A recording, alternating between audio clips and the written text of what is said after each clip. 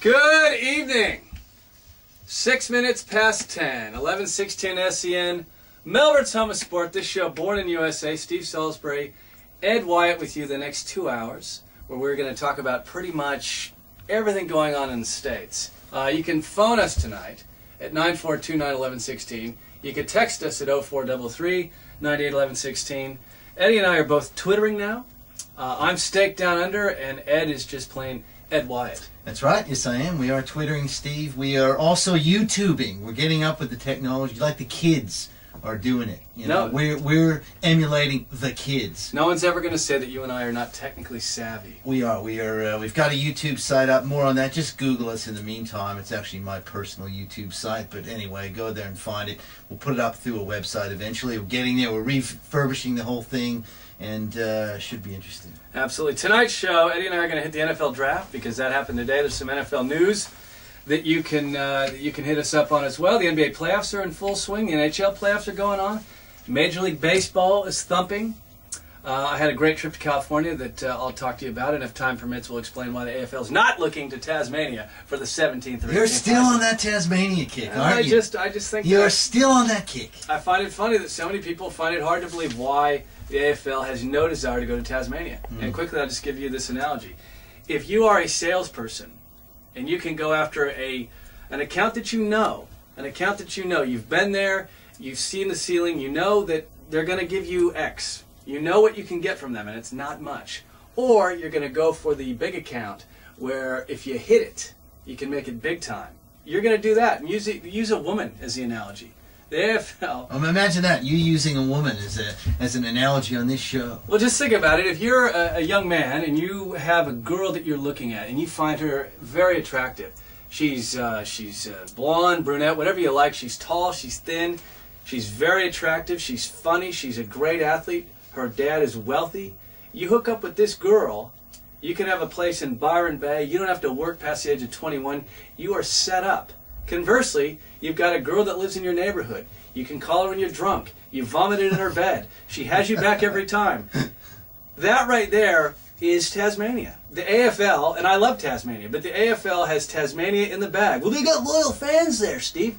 Of course, that's why they don't have to go there. They have to go where they don't have fans. Anyway, this is not an AFL show. We're not going to talk AFL tonight. We're going to talk NFL. We are. Big day today, Steve. Let's just get into that. Huge day today. 6 a.m. The draft starts here. Am I up? Well, not really, but about 7 I was up and watching it on delay, and by the time we get through the first round anyway, you're caught up because it goes on and on and on because so many guys are on the clock. All right, Stafford to Detroit. Yep. All right, I don't like it. 6 years, $78 million. First thing that's wrong with it is they've given an unproven 22 or 23-year-old rookie $41.7 million guaranteed. So that's going to create American sports. That's the way it works. That is going to create strife in the locker room straight away. Yeah, if they win, it won't create strife. Okay, here's the thing. They're not going to win. Because when you give a quarterback that age, that kind of money, they're not going to sit him on the bench. So he's going to have to go out and play. He might have a very good offensive line in front of him. He doesn't have great weapons outside of Calvin Johnson. They got Culpepper. He may not go right in right away. Culpepper may be the starter, and then Stafford will be eased into it. Money or not, all those guys are on big money. A lot of those guys are on big money. Not 41.7 guaranteed. So what happens is a young guy making a lot of money means forced to start, means he's going to spend a lot of time on his back. He's not going to do very well. He's going to end up getting, people are going to go, wait, we're paying him all this money. Why isn't he delivering? Because he's a 22-year-old rookie, and he's playing the most complicated position in all professional sports anywhere on the planet. I agree. So what happens is the media will be sitting there going, well, what can we say? Well, it's a cold day in Detroit. Stafford stinks. He's taking too long. So then the media jumps on him, and then the fans jump on him, and then talk radio people start calling in and going, what's going on with Stafford? We gave him all this money. Why isn't he delivering? And then all the while, a guy who could be a good quarterback is going to suffer because his confidence is going to take a beating, and he's being rushed into the team way before his time. I said 3 weeks ago before I went overseas that they needed to draft an offensive lineman. It's a very risky proposition, and if you're a team in the NFL and you're going to take a quarterback and give him that much money, you have to have a great plan in place, right, Ed? A very good plan. So you say, and you can't deviate from the plan, regardless of what the media says, regardless of what the fans say. You have to have the plan in place. I don't know that Detroit has that plan. I will say that they did bring a good coach in, Jim Schwartz, who used to be the defensive coordinator in Tennessee. If this guy doesn't pan out, Schwartz is gone.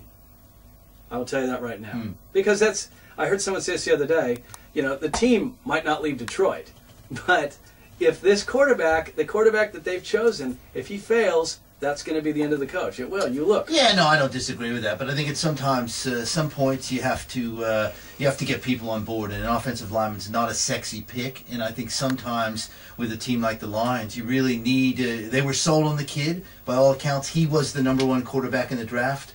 I take your point about him playing, and if he has to play too much, I agree with that. I think Culpepper gets the start. I think they bring him along slowly. I think they were in a real can't win or even can't lose situation with the Lions. I mean, I think they're just such a bad team. They had to try something. Anyway, that was their guy. They've picked him. They've gone with him. That was a done deal for about a week. It was done.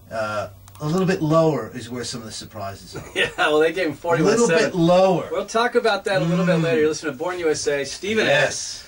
Anywhere across Australia, you can ring us at 942-911-16. Apparently, just slapping 03. Just slapping 03. Have you ever gone to a job interview and sort of fabricated a little bit, I think we all do that. All right? I think we all do that. Oftentimes, you'll go in, you'll probably sell yourself maybe something that you're not. I'm a really hard worker. You go in, you get the job, but once you start working, anybody that you fooled realizes that you're not, You're right? not a hard worker. Okay, Yeah. that's a different... Thank you. That's the difference between the NBA regular season and the NBA playoffs. The Portland Trail Blazers can roll into town to Houston one night after traveling or not traveling or whatever. Or Houston could go into Portland after traveling, and they can punk Portland, or I'm sorry, they could punk the Blazers can punk Houston. Yep. But over a 7-game series, if they don't play defense, all warts are shown over a 7-game series. Yep. So you're saying the Blazers are failing their job interview? No, I'm not saying they're failing on the job. I'm just saying that, well, we'll talk about this. We are going to talk a lot of NBA playoffs tonight, but I'll just simply say on that, because I know you're a huge Blazer fan, is that your team is being beaten down by a more experienced, deeper basketball team that's more committed to playing defense. Yeah, I don't think they're deeper at all. I think Portland's a deeper team. I agree they're playing better defense. How about more playing experience? Great defense. Yeah. A little bit more experience. Aaron Brooks not super experienced, but I do. Your point is absolutely spot on. I mean, Portland is not getting it done in crunch time, and we do see this happen. And when everyone was saying the Blazers are great, blah blah blah. I must tell you, I was a bit of a voice of reason. I think I said at the start of the season they may or may not make the playoffs, and I'm not concerned either way. So what happened was the Lakers were just dominant. The Lakers no one has touched the Lakers all year. Portland's beaten them at home 8 straight times or whatever it is, right. And people got on the bandwagon and went, wow, we might have one team that can knock off the Lakers. It's the Blazers. They're athletic. They're young. They've got the winning streak. No, it's a little bit of hype for people that wanted someone to come out and challenge the Lakers. All right, I agree with that. Yeah. But what I will say to you is over a 7-game series in the playoffs, if you are not a defensive team, if you're not an experienced team, the better team's going to win. So that's why I just love the analogy. You could also use the analogy of dating. One-night stand, long-term relationship. Is that girl in your neighborhood or a girl that will allow you to retire at Byron Bay? Well, I'm just saying, if you think about it, if you're the AFL, I want to go to Byron Bay. So do they. It makes sense.